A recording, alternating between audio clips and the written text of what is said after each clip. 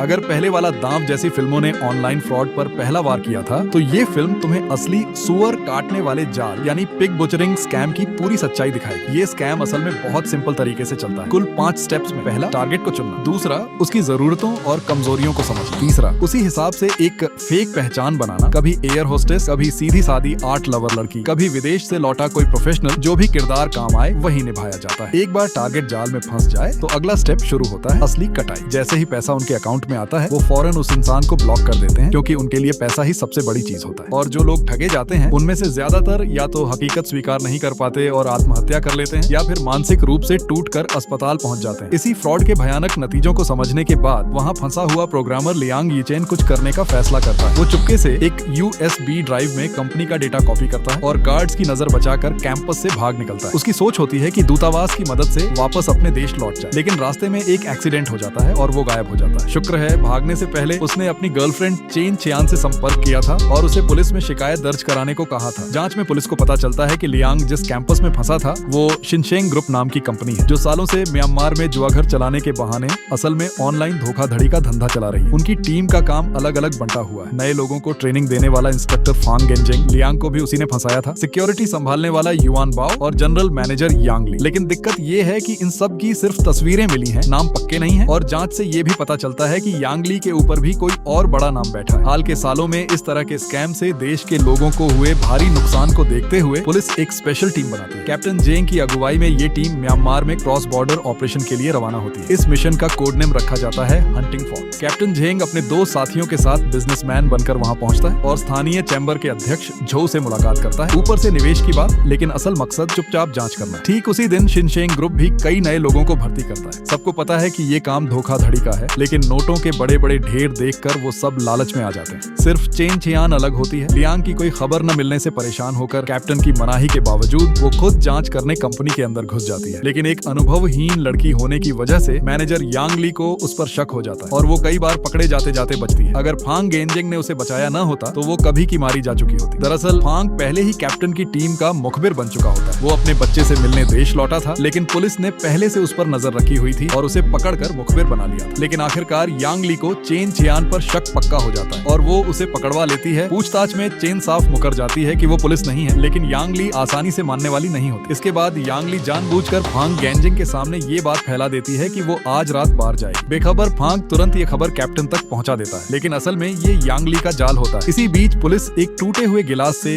यांग ली का फिंगरप्रिंट बड़ी सावधानी से उठाती है। केमिकल लगाकर, सुखाकर, टेप से चिपकाकर मिलान करने पर पता चलता है कि यांग ली का असली नाम झांग छियांग है। पहले किसी बैंक में कैश ले जाने वाला कर्मचारी था जो 50 लाख लेकर फरार हो गया था। उसकी पत्नी और बेटी अब भी देश में रहती हैं और हर महीने उसकी पत्नी के अकाउंट में पैसे आते हैं जो साफ तौर पर यांग ली की तरफ से भेजे जाते हैं। इस सुराग पर पुलिस उसकी पत्नी तक पहुंचती है और समझाने के बाद वो पति को फोन करके मिलने के लिए बुलाती है। ऊपर से यांग ली मान तो जाता है, लेकिन अंदर ही अंदर उसे शक हो चुका होता है कि उसकी पत्नी पुलिस के कब्जे में है, क्योंकि कुछ दिन पहले ही उसे फांग पर शक हुआ था और उसने जानबूझकर बार वाली झूठी खबर फैलाकर उसे टेस्ट किया था। यही वजह है कि मिलने जाने से पहले वो अपने आदमियों को साफ हिदायत देता है कि पत्नी को बिना कोई नुकसान पहुंचाए वापस लाना है, चाहे कुछ भी हो जाए। यांग ली अपने आदमियों के साथ तय जगह पहुंचता है और कैप्टन जेंग भी स्थानीय पुलिस के साथ मिलकर घेराबंदी करता है, लेकिन किसी को अंदाजा नहीं होता कि ठीक उसी वक्त एक गोली आकर यांग ली को मार गिराती है। मौके पर अफरा तफरी मच जाती है और असली शूटर मौके से फरार हो जाता है। इस ऑपरेशन के फेल होने से कैप्टन जेंग को शक होता है कि कहीं कुछ गड़बड़ है, जरूर किसी स्टेज पर लीक हुई है। टीम में इसे लेकर बहस भी छिड़ती है, लेकिन तभी कैप्टन को टेबल पर रखे एक डिवाइस में गड़बड़ नजर आती है। वो समझ जाता है कि उनकी बातचीत सुनी जा रही है, इसीलिए वो जानबूझकर जोर से बोलता है जैसे उसे अभी तक फांग पर शक न हो। साथ ही फौरन उसका इशारा समझकर साथ देता है। इसी बीच कैप्टन को यकीन हो जाता है कि यांग ली के पीछे बैठा असली आदमी ही इस सब का जिम्मेदार है। तभी फांग का फोन आता है। उसने लापता लियांग यीचेन को ढूंढ निकाला है और साथ ही एक अहम सुराग भी मिला है। यांग ली के पीछे जो असली आदमी है उसका नाम तो नहीं पता, लेकिन वो एक लिमिटेड एडिशन ऑडी गाड़ी चलाता है। इस सुराग से टीम गाड़ी की लोकेशन ट्रेस कर लेती है। शक न बढ़े इसके लिए कैप्टन जो अध्यक्ष के पास जाकर जानकारी लेता है। पता चलता है कि गाड़ी का मालिक चीन येनजू है, जो दूसरे व्यापारिक संगठन का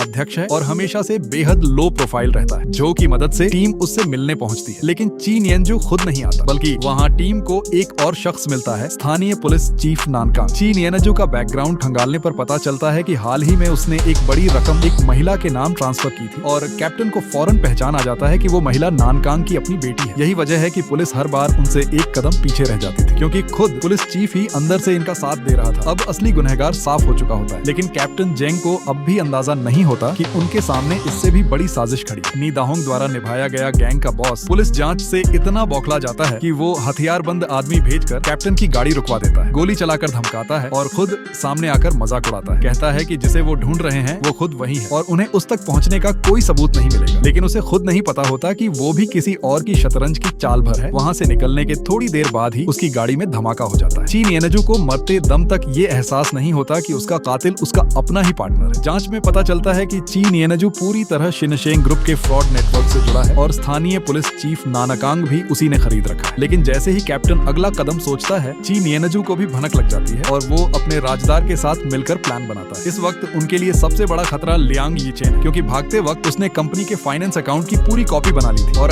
अगर वो पुलिस के हाथ लग गया तो उनकी सालों की मेहनत बर्बाद हो जाएगी। लेकिन उस पर सीधे हाथ डालना भी खतरनाक है, क्योंकि निगरानी में पहले ही पता चल चुका है कि फांग एक मुखबिर है। जरा भी हलचल हुई तो पुलिस फौरन एक्शन ले लेगी। इसीलिए चीन येनजू एक चाल चलता है। वो नकली तौर पर लियांग को कहीं और शिफ्ट करने का नाटक करता है। निगरानी में लगी कैप्टन की टीम फौरन पीछे लगती है, लेकिन रास्ते में उन्हें हथियार बंद आदमी घेर लेते हैं और गोली चलाकर रोक देते हैं। अपनी चाल कामयाब होते देख चीन येनजू घमंड से मजाक उड़ाता है, लेकिन उसे भी अंदाजा नहीं होता कि उसका खेल भी यहीं खत्म होने वाला है। वहाँ से निकलते ही थोड़ी देर बाद उसकी गाड़ी में भी धमाका हो जाता है। इसी बीच कैप्टन जेंग से संपर्क टूटने पर उनकी टीम पुलिस स्टेशन पहुंचती है और नानकांग के बारे में पूछताछ करती है। साथ ही चीन येनजू से उसकी मिली भगत की बात भी सामने रख देती है। जब पता चलता है कि नानकांग कैप्टन के पीछे गया है तो टीम को उनकी जान का खतरा महसूस होता है और वो नए पुलिस चीफ के साथ फौरन मदद के लिए निकल पड़ती है। सबसे पहले पहुंचने वाला नानकांग खुद ही घमंड से भरा होता है। जब तक उसे गिरफ्तारी वारंट नहीं दिखाया जाता तब तक उसे एहसास ही नहीं होता कि उसका राज खुल चुका है। नानकांग को गिरफ्तार करते ही पुलिस पूरी शिनशेंग ग्रुप पर छापा मारती है। लियांग यीचेन और चेन चियान दोनों को सुरक्षित बचा लिया जाता है और लाखों लोगों को तबाह करने वाले इस फ्रॉड नेटवर्क को पूरी तरह ध्वस्त कर दिया जाता है। नानकांग के बयान से साफ हो जाता है कि शिनशेंग ग्रुप का असली मालिक खुद चीन येनजू ही था। केस यहीं खत्म होता हुआ लगता है। चीन येनजू भी मर चुका होता है, लेकिन कैप्टन जेंग को यकीन है कि इस सब के पीछे कोई और बड़ा नाम छुपा है। उस असली मास्टरमाइंड को बेनकाब करने के लिए कैप्टन अपनी टीम के साथ अस्पताल पहुंचता है, क्योंकि लियांग यीचेन के पास अब भी शिनशेंग ग्रुप का पूरा डेटा मौजूद है। केस अब आखिरी मोड़ पर है और असली मास्टरमाइंड हर हाल में उसका मुंह बंद करना चाहेगा। यही सोचकर कैप्टन लियांग को चारा बनाकर जाल बिछाता है। जैसा अंदाजा था